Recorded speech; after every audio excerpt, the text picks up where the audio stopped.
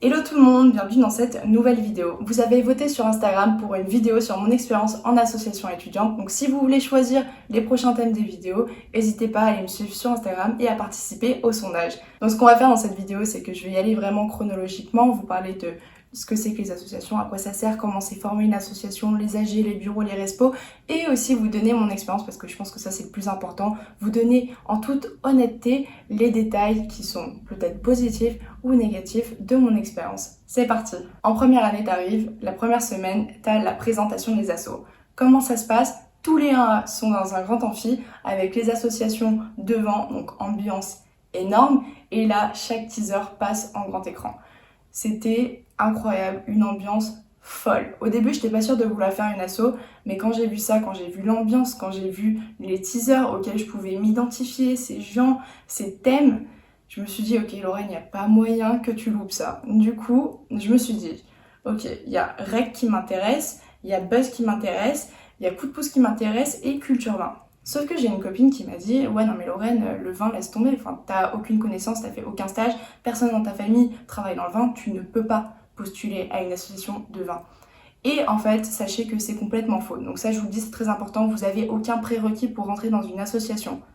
Aucun, d'accord? Donc si vous voulez rentrer dans une association, on s'en fout, allez-y. Donc j'ai postulé à Rec, Buzz et Coup de pouce, je suis allée au bout avec Rec et Coup de pouce, c'est-à-dire que j'ai fait les entretiens et j'ai fait les apéros, tandis que Buzz, j'ai fait l'entretien et ensuite l'apéro, le premier apéro, je l'ai foiré parce que j'étais hyper mal à l'aise, je connaissais personne, je sais pas, j'étais pas dans le mood en fait, je sais pas, il y avait un truc qui ne se passait pas, il y avait une vibe qui ne matchait pas, donc je me suis barrée, j'ai dit au revoir à personne.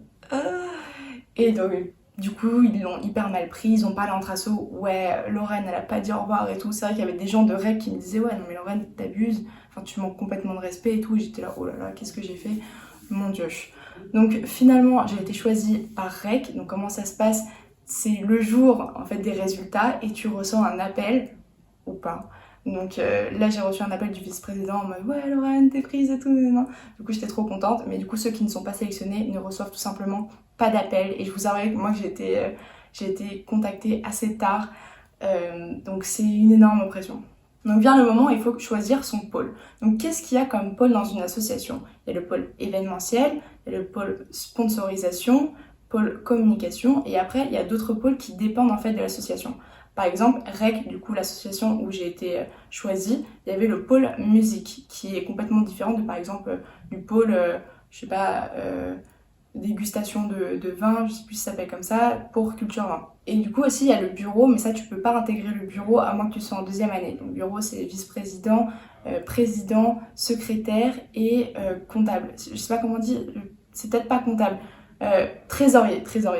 Donc voilà. Donc moi j'ai postulé au pôle musique et pôle sponsor, et musique, voilà, juste ça s'est pas fait, et pôle sponsor, donc j'ai été prise. Et donc en quoi ça consiste? Pôle sponsor, c'est un peu un travail de commercial, c'est-à-dire qu'on va lister les entreprises et les boîtes qui vont être intéressantes pour des partenariats, des financements, tout ça, et après on va les démarcher, que ce soit par email, que ce soit par téléphone ou par rendez-vous. Donc voilà, je me souviens que j'avais eu le temps d'en faire un, et ensuite je me suis fait virer de mon pôle. Voilà, donc pour ceux qui savent pas pourquoi je me suis fait virer de mon pôle, je vous invite à aller voir la vidéo que j'ai faite sur le sexisme. Et donc en fait gentiment le pôle musique m'a récupérée. Et donc en quoi ça consistait le pôle musique? C'était d'alimenter la radio, parce que Radio Edec Campus du coup a une radio en ligne, et aussi de créer des playlists, tout ça, donc ça c'était vachement cool. C'était un peu plus ma vibe on va dire du moment. En première année j'avais envie d'être les doigts de pied en éventail. Autre chose importante, c'est que chaque asso a son pull et sa veste d'asso. Ça, c'est une fierté. C'est genre un blason le truc. Et en fait, sur chaque pull et veste, on va avoir un surnom. Donc le surnom, généralement, c'est les deuxièmes années qui choisissent, et c'est en fonction de situations, de trucs auxquels ça te fait penser. Et donc moi, mon surnom, c'était Laurent Wu-Tang. Donc pourquoi? Donc ceux qui connaissent le Wu-Tang Clan, c'est un groupe de musique du coup. Et Laurent, parce que les gens, depuis que je suis née, ne savent pas prononcer mon prénom. Pourquoi? Ils voient L-A-U-R-E-N et se disent, c'est dingue, il n'y a pas de E à la fin, c'est Laurent, forcément. Ce que je ne comprends pas, parce que Laurent, généralement quand même, il y a un T. Donc voilà, donc ça c'est, tout le monde m'appelle Laurent et ça me rend folle. Donc voilà, ils en ont profité pour m'appeler Laurent Wu-Tang Donc Laurent Houtan aussi. Voilà, petit jeu de mots, les deux A sont toujours très forts pour ça. L'événement final de mon association, c'était de faire une électro-pétanque. Donc le principe, c'est de mettre de la musique, de faire de la pétanque, d'avoir de l'alcool, Ricard et tout. Et donc ça c'est fait, sauf que moi j'ai pas pu y participer parce que j'avais l'événement final de mon PPA le même jour. Et voilà, et le PPA c'était un énorme échec, d'ailleurs j'aimerais bien vous en parler lors d'une vidéo, c'était vraiment très drôle. Mais voilà, donc j'ai pas pu participer à l'événement final de mon asso et du coup j'avais un peu le seum quoi. Vient donc la fin de l'année où il faut élire le nouveau bureau et les nouveaux respos. Et donc moi j'avais postulé pour être vice-présidente parce qu'en fait à côté j'étais au BDE, sauf que flemme d'être présidente, enfin ça fait trop en fait, j'avais pas envie de me surcharger non plus. Enfin, il y a la vie associative et aussi la vie scolaire et il y a la vie sociale, il faut pas, j'avais pas envie de tout mélanger et juste de pas m'en sortir quoi. Donc c'est vrai qu'il n'y a pas eu trop de problèmes avec ça, tout le monde s'était un peu accordé par rapport à ça, donc tout le monde a eu le pôle qu'il voulait, donc ça c'était très bien. Ensuite est venu le moment du teaser que je vous ai montré dans ma vidéo quel asso est faite pour toi. Je vous invite à aller la voir. Après il y a quelques moments qui sont censurés, enfin des moments de musique censurés parce qu'il y a des droits d'auteur, il fait chier Geza Folstein. Bref, pour ceux qui savent, Geza Folstein, genre énorme ambiance. Le teaser était trop bien. Vient ensuite le moment du recrutement des deuxièmes années. Donc les deuxièmes années peuvent rejoindre une asso s'ils n'en ont pas eu une en première année ou tout simplement ils peuvent changer d'asso. Donc nous ce qui s'est passé c'était des gens qui n'avaient pas d'asso, donc il y avait un mec et deux meufs qui sont venus et qui ont postulé, donc qui ont passé les entretiens en fait, qui nous ont un peu montré, qui nous ont un peu dit dans quel pôle ils voulaient s'orienter et aussi montré un peu de matériel pour qu'on puisse un peu cerner leurs capacités. Et ce qui s'est passé c'est qu'on a pris une personne sur trois, on a pris que le mec, et je vais pas vous mentir, je regrette un peu de notre sélection parce que sur ces trois personnes, du coup les deux filles, moi je les connaissais un peu, pas trop, mais c'est vrai qu'elles étaient proches de certaines personnes dans l'association et ces personnes proches avaient dit, quand on a dû un peu discuter de si on les prenait ou pas, qu'elles faisaient ça vraiment plus pour avoir des assos, qu'elles n'étaient pas trop dans la vibe et tout, et c'est vrai qu'on les a toutes un peu... on les a tous un peu écoutés et au final on les a pas prises et ça je le regrette énormément parce que je me dis non, enfin j'ai retiré cette expérience à quelqu'un et voilà, juste je m'en veux, enfin c'est pas parce qu'elles veulent une asso, évidemment que tu veux une asso, donc juste essayer de faire ça un peu plus intelligemment que nous on a pu le faire. Ensuite il y a eu le recrutement des 1A, donc ça s'est très bien passé, on a eu tous les 1 qu'il nous fallait. Et du coup c'était super cool en tant que vice-présidente, franchement j'étais polyvalente, c'est-à-dire que je pouvais un peu aller voir tous les pôles. Moi c'est ce que j'aime pas être spécialisée en fait, j'ai besoin de tourner, de voir un peu avec tout le monde comment ça se passe, donc ça j'ai pu un peu les former.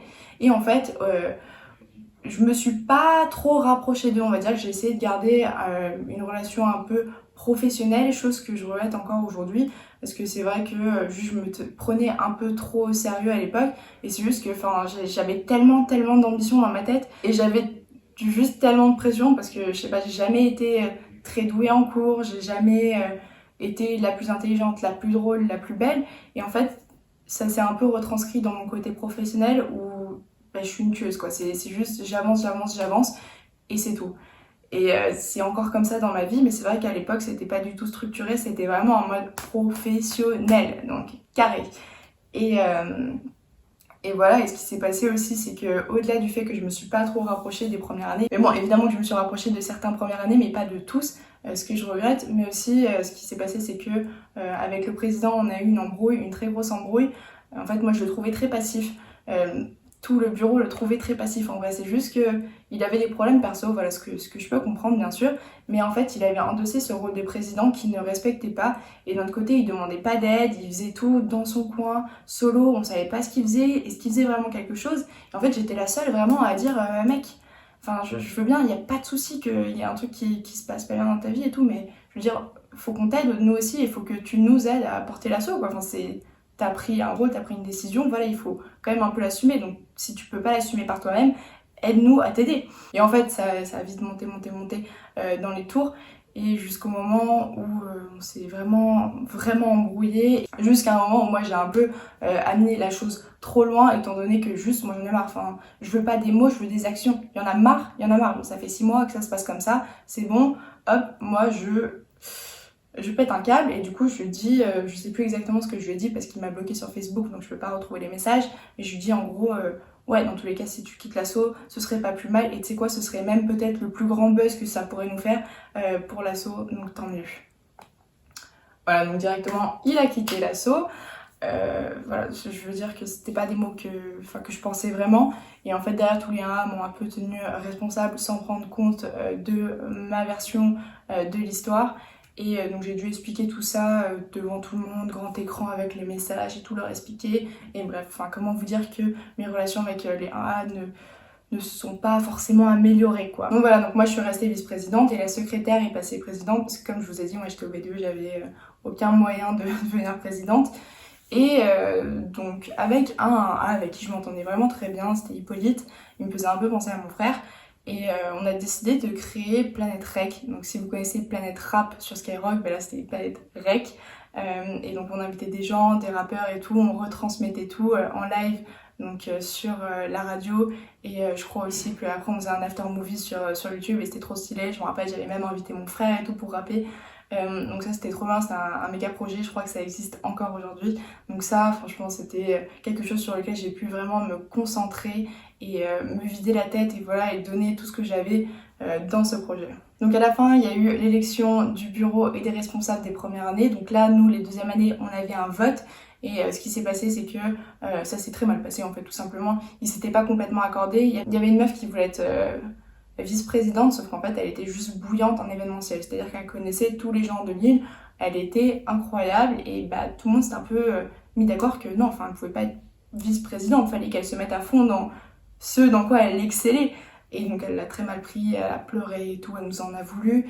Et donc ça aussi il faut faire vraiment très attention, il faut être hyper diplomatique, il faut faire attention à ce qu'on fait, parce qu'après les votes, même si c'est anonyme, bah, les gens finissent toujours par trouver qui a voté quoi, surtout s'ils ne sont pas heureux avec les votes. Donc voilà, pour récapituler un peu mon expérience en association étudiante en école de commerce, c'était une très bonne expérience. Ça m'a un peu mis un pied dans la vie professionnelle tout en me donnant aussi l'opportunité de travailler avec différents profils de personnes et aussi moi pouvoir m'améliorer, évoluer et surtout me rendre compte que le travail c'est pas tout seul, tu peux pas avancer seul.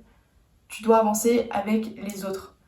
Un projet ça se porte à plusieurs et si t'es dans ton truc tout seul, ça ne marchera pas. Ou ça peut marcher évidemment, mais moi je sais que dans mon cas ça ne marche pas. Il a fallu que je m'adapte, que je fasse une introspection, que je vois aussi moi ce qui a fonctionné, ce qui n'a pas fonctionné avec les gens. Et voilà, c'est grâce à ça qu'aujourd'hui j'en ai tiré des très bonnes leçons et que j'applique toujours dans mon travail actuel. Donc voilà, donc si j'avais un conseil à vous donner, c'est que si vous êtes timide, vous n'êtes pas timide, si vous aimez la fête, vous n'aimez pas la fête, allez dans une association. Rien ne vous force à faire des trucs que vous ne voulez pas faire, mais avoir une vie associative c'est quand même important pour le réseau, pour l'expérience et aussi pour le côté social. Donc si vous voulez profiter pleinement de l'expérience en école de commerce, je vous invite à postuler dans une association. J'espère que cette vidéo vous aura été utile, je vous invite à liker, partager, vous abonner si vous avez kiffé et sinon on se voit la semaine prochaine. Bye!